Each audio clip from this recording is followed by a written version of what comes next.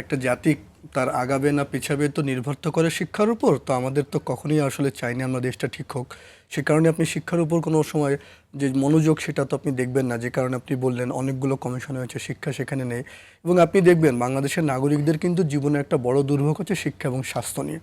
আপনি যদি কোনো কারণে অসুস্থ হন, আপনার যে কোনো চিকিৎসা নিয়ে আপনি হসপিটালে দৌড়ালে একটা পরিবার সর্বশান্ত হয়ে যাবে। ঠিক একইভাবে শিক্ষা, আপনি ক্লাস রাইট। 4-এর একটা বাচ্চার ভর্তিতে আপনি 40,000 টাকা লাগবে প্রতি বছর দিবে। তো যার 2টা বা 3টা বাচ্চা আছে সেই বাচ্চাদের লেখাপড়া করবে কি করে? না, আপনি তো শুধু শিক্ষা মানে উপকরণের কথা বলছেন। আপনি প্রতি বছরই শুনবেন এসএসসির ভর্তি ফর্ম সবগুলোর বিপুল পরিমাণ টাকা নেওয়া হচ্ছে, সরকার ফেরত আনার জন্য কাজ করছে। আপনি ভর্তি বলেন, সমস্ত জায়গায় বলেন যে বাণিজ্য, আপনি জিজ্ঞেস করছেন সরকারগুলো কি করে? এই শিক্ষা এবং স্বাস্থ্যের বাণিজ্যের যারা করে তারাই তো কোনো নাভাবে ঘুরে ফিরে সরকারের সঙ্গেই তো থাকে। এটা তো সবচেয়ে বড় বাণিজ্য। যেটা হওয়ার কথা ছিল মানুষের মৌলিক অধিকার, একজন নাগরিক দেশের জন্য লাগবেই, যেটা মঞ্জুর স্যার বললেন। আমরা তো সংবিধানও বলিনি, আমরা বলেছি এটা লাগবে, কিন্তু কি করে যে সেটা ব্যবস্থাপনা করব। আর আমরা শুধু উপকরণের কথা বলছি, আপনি উপকরণ দিয়ে কি শিক্ষাটা পাচ্ছেন? শিক্ষার মানটা কোথায়? সেই শিক্ষা দিয়ে আপনি ভবিষ্যতে মূল্যবোধ সম্পন্ন মানুষ তৈরি করতে পারবেন কিনা, আপনি আয় করতে পারবেন কিনা, এই সমস্ত যদি বিবেচনা করে দেবেন। এবং আমাদের শিক্ষা ও গবেষণা ইনস্টিটিউটের একজন আছেন, ঢাকা বিশ্ববিদ্যালয়ে সহ অনেকগুলো বিশ্ববিদ্যালয় শিক্ষা এবং গবেষণা ইনস্টিটিউট বলে আছে, কিন্তু আপনি শিক্ষার কোনো নীতি, কোনো বাস্তবায়নে এই ডিপার্টমেন্ট বলে যে কিছু আছে আপনি শুনবেন না। শিক্ষা ঠিক করবেন সে হচ্ছে আপনার আমলারা। আপনি আজকে প্রাণী সম্পদ কর্মকর্তা মন্ত্রণালয়ে আছেন, কালকে আপনি শিক্ষায় গিয়ে দেশের শিক্ষানীতি ঠিক করবেন।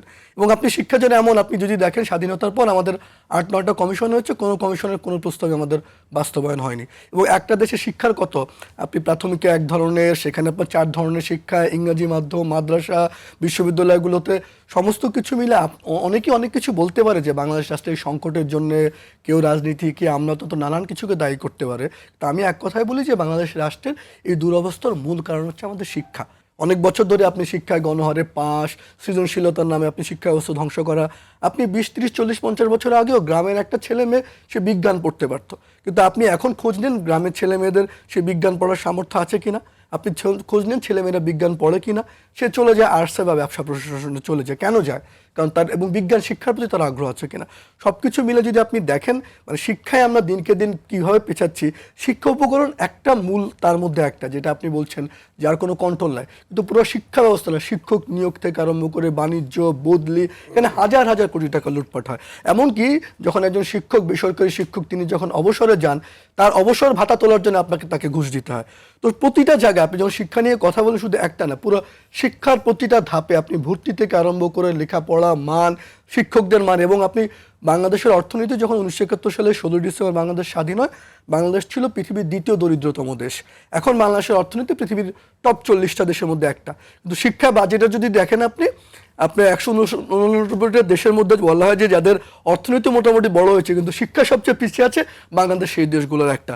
দক্ষিণ এশিয়ার মধ্যে শিক্ষা 1.3 থেকে 1.7। দক্ষিণ এশিয়ার মধ্যে সবচেয়ে কম, এমনকি আপনি ভুটান এবং আফগানিস্তানের চেয়েও কম। আপনি হলো শুনলে অবাক লাগে, বাংলাদেশের প্রাথমিক শিক্ষকদের বেতন অনেক সময় কোনো সরকারি দপ্তরের অফিস সহকারী বা পিয়ন বা সিকিউরিটি গার্ডের চেয়ে সমান। শিক্ষকদের মর্যাদার কথা যদি আপনি বলেন, মানে একজন বিশ্ববিদ্যালয়ের অধ্যাপকের চেয়ে আপনি একজন উপসচিব বা যুগ্ম সচিব তিনি অনেক প্রভাবশালী। তো এই সমস্ত জায়গাগুলো যদি আপনি দেখেন, তাহলে বাংলাদেশ রাষ্ট্রটা যে এখনো টিকে আছে সেটাও মাঝে মাঝে অবাক হতে হয়। এবং একটা দেশের সংস্কার কি করে হয়? একটা দেশের তো সংস্কারের শিক্ষা। আপনি যদি আজকে উদ্যোগ নেন যে বাংলাদেশ ঠিক করব, তাহলে যদি আপনি শিক্ষা বিনিয়োগ করেন, আপনি 15-20 বছর পরে হয়তো আপনি ভালো পেতে পারেন, Right. কারণ আপনাকে এই প্রজন্মটা গড়তে হবে। তো সেই জায়গাটাই তো কারো আগ্রহ নেই। তো কাজেই আপনি শিক্ষার যে দেশটা যে ঠিক করার যে কোনো আগ্রহ নেই কারো, সে তো বোঝাই যায়। বরং শিক্ষা নিয়ে ব্যবসা, এই যে ভর্তি বাণিজ্য হয়, আপনার ভর্তির নানানভাবে বিভিন্ন ক্ষেত্রে ভর্তি, এই লোকাল শিক্ষার ব্যবস্থাপনা যদি দেখেন, এমপি থেকে আরম্ভ করে তারা এখান থেকে কত টাকা পায়, রাজনৈতিক নেতারা কত টাকা জায়গায় যায়, শিক্ষা প্রতিষ্ঠান করার অনুমোদন, এই পুরো জায়গাটা যদি আপনি দেখেন, রন্ধ্রে রন্ধ্রে দুর্নীতি এবং অব্যবস্থাপনার একটা চূড়ান্ত। এবং আপনি দেখবেন নানান সময় আমরা আশাবাদী হই, সেটা মুক্তিযুদ্ধ বলেন, 90 বলেন, জুলাই আগস্ট বলেন, তা একটা রাষ্ট্রের যে মূল কাঠামোগুলো, সেই মূল কাঠামোর মধ্যে কিন্তু কোনো পরিবর্তন হয় না। নীতি, নৈতিকতা, আইন কোনো কিছুতে নেই। নীতির বদলে দেশ আছে দুর্নীতি, মানে সততার পর আছে অসততা। শিক্ষার বদলে আপনি দেখবেন কুশিক্ষা।